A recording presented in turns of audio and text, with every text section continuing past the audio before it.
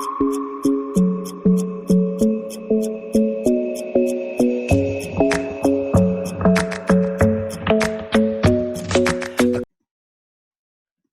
pessoal, tudo bom? Então, vamos dar continuidade ao nosso conteúdo, tá bom? Espero que todos estejam bem, se protegendo. Também espero que logo a gente esteja reunido, tá? Nossa rotina, que tanto nós sentimos falta, e que esse momento se faz necessário pelo que o Brasil está passando, pelo que o mundo está passando, mas logo isso vai acabar, tá bom? Então, vamos aqui continuar o nosso conteúdo. Nós vamos ver, gente, mistura de soluções com reação química. Mistura de solução com reação química. Eu não posso falar de mistura de solução com reação química sem falar da titulação ácido-base, certo? Então, vamos exemplificar a titulação ácido-base através de algo que nós faríamos em laboratório, tá? Vamos primeiro descobrir quais são as vidrarias, o equipamento que seria utilizado no laboratório. Nós temos aqui a barra universal, né? O suporte universal, onde o Erlenmeyer, essa vidraria, está em cima. Nós temos aqui a garra que segura essa outra vidraria, que é a bureta, tá? Então, o que acontece? Numa titulação ácido-base, eu sempre vou ter o titulante e eu sempre vou ter o titulado. Então, aqui dentro da bureta, eu irei colocar o titulante. Dentro do Erlenmeyer, eu vou colocar o titulado. Eu irei colocar o titulado, tá? Não está muito boa a letra, mas a gente vai melhorando. O titulante é usado para quê? É usado para alcançar o objetivo. Qual é esse objetivo? Alcançar o objetivo de descobrir a concentração do titulado, tá? E o titulado, obviamente, é meu objeto de estudo, tá bom? Então, titulante, titulado. Para descobrir como é uma reação ácido-base, eu preciso ter o indicador ácido-base. E o indicador mais comum é a fenolftaleína, que eu adiciono no Erlenmeyer a fenolftaleína, que é um indicador ácido-base. Como é que eu sei? Quando é que eu sei que é ácido? Quando é que eu sei que é básico? Um indicador, se por acaso continuar incolor, é ácido. Se ele ficar roseado, vermelho, ele é básico. Tá bom? A gente usa muito o indicador ácido-básico para não precisar tocar, para não precisar sentir odores, tá? Porque ácidos fortes e bases fortes são muito prejudiciais para a nossa saúde. Então, indicadores ácido-base são muito importantes para que a gente mantenha a segurança do laboratório e a nossa segurança, tá bom? Então, vamos lá. Digamos que aqui eu adicione um titulante, tá? Digamos que esse titulante seja o NaOH, tá? O NaOH, que é uma base forte. Aqui no titulado, eu adiciono o HCl, que é um ácido forte, tá? Dentro do Erlenmeyer, eu já adiciono a solução de fenolftaleína. Já adiciono aqui uma solução de fenolftaleína, misturando com HCl. Só que os dois vão estar incolores, né?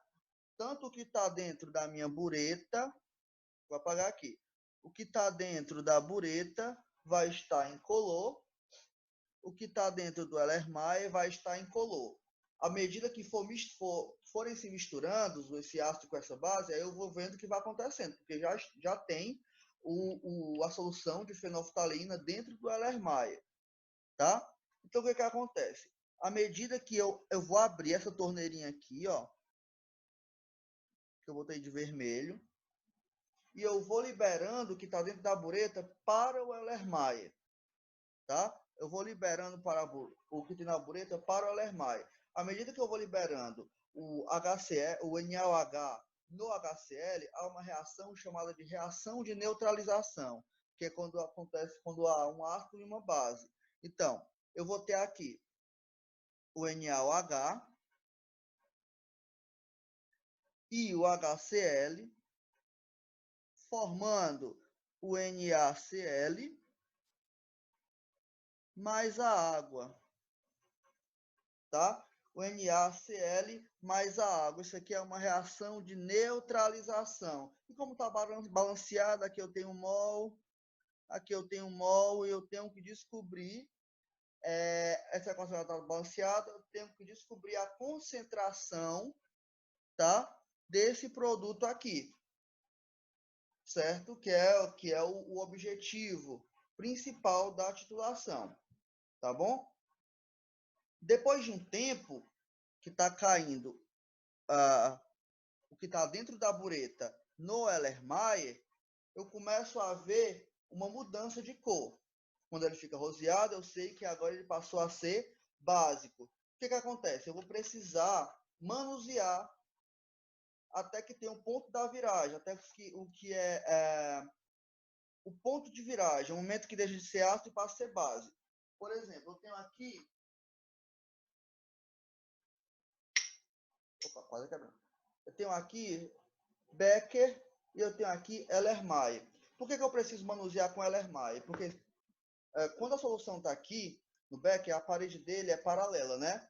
Então, se eu começo a agitar com mais força, corre o risco do que está aqui dentro sair. Aí eu não vou saber, vai prejudicar a minha titulação, que eu não vou saber a concentração, né? E outra que pode afetar a minha segurança, que eu tô manuseando ácidos fortes, né? E com o Erlenmeyer, gente, isso não vai acontecer, porque ele aqui é largo, vai afinando até ficar com essa estrutura aqui como um cone. Então, eu posso manuseá-lo, certo? Vai bater nas paredes, vai voltar. Então, o que acontece? Aconteceu de descer, digamos que aqui seja a bureta, tá? Aí, eu adicionei o conteúdo da bureta no Erlenmeyer, ficou vermelho. Agitei, ele ficou incolor de novo. O que aconteceu? Ele voltou a ser ácido. Então, coloco ele novamente na estrutura, tá? Abro novamente aquela torneirinha, essa daqui, abro novamente essa torneirinha, só que agora eu vou controlar, pouquinho em pouquinho, gota por gota. Gotejou aqui, balançou, ficou incolor, colocou de volta, até dar esse ponto da viragem, um momento que deixa de ser ácido e passa a ser básico, tá bom? Então, balanço, balanço, balanço, no momento que deixou de ser ácido e passou a ser básico, parei. Aí vai acontecer isso, ó. Aí eu vou, como aqui, gente, presta atenção. Aqui eu já sabia a concentração e eu já sabia o volume. Aqui no Erlenmeyer, eu não sabia a concentração, mas eu posso saber o volume final depois, pelo que foi adicionado, né? A concentração pode ser também por molaridade, depende muito do que a questão pedir, tá bom? Então, já sabia aqui, aqui eu já vou saber o volume do titulado, gente. Aqui eu sei o volume do titulado. Como é que eu sei? Eu já sabia o volume total dele, antes de colocar ele no Erlenmeyer. O que está dentro da bureta eu já sabia. Deixa eu voltar aqui o slide para vocês verem aqui. Aqui eu já sabia quanto que tinha na bureta, tá? Antes de colocar ele no Erlenmeyer. Então eu consigo saber, através da estequiometria, o valor do volume, tá? Eu já sabia a concentração do que tinha dentro da bureta. Aí eu adicionei o que tinha o titulante ao titulado. E a única coisa que eu preciso saber aqui é a concentração. A concentração ou a molaridade, dependendo do que a questão pedir. Fala em questão, vamos aqui dar uma prática. E praticando a gente consegue compreender melhor. Nós temos aqui uma questão. Para realizar a titulação de 20 ml de hidróxido de sódio aquoso, de molaridade desconhecida, foram adicionados 50 ml de H2SO4 aquoso, que é o ácido sulfúrico, 0,2 molar. qual a molaridade do NaOH. Primeiro vamos ver se está balanceado. Tem um H2SO4 mais NaOH. Então eu vejo que não está balanceado. Por que eu vejo que não está balanceado? Aqui tem 2 hidrogênios, aqui eu tenho 1. Então bota 2 aqui. Então a proporção é o quê? Eu tenho 1 mol H2SO4, 2 mols NaOH. Anotem aí, tá? Então vamos lá. Eu sei que em um recipiente eu vou ter o NaOH,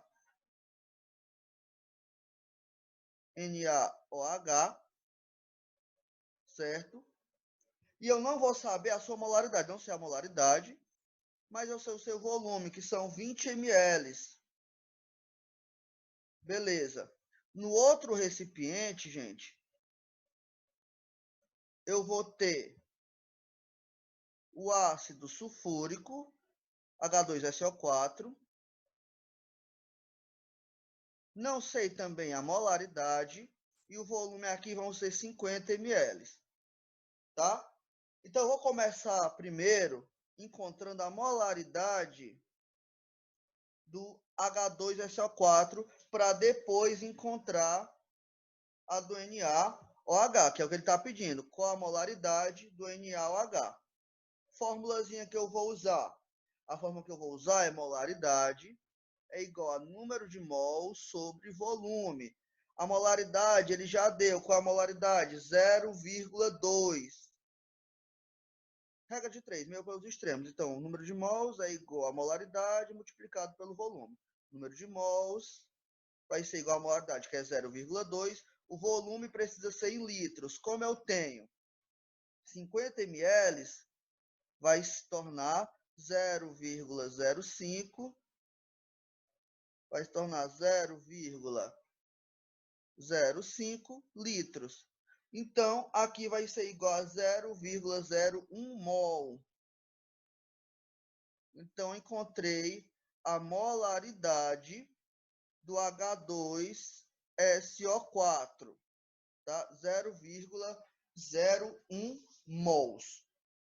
Vamos lá para aquela proporção que eu fiz, tá? Nós tínhamos lá na proporção o H2SO4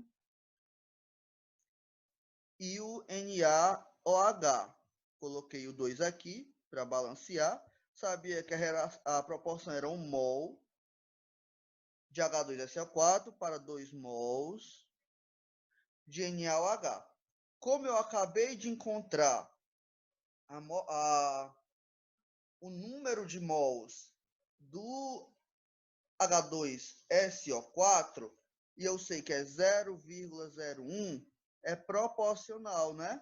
Não é 1 para 2, então aqui será 0,02. Quando eu sei essa proporcionalidade, fica mais fácil para mim, tá bom? Então agora basta eu encontrar a molaridade do hidróxido de sódio.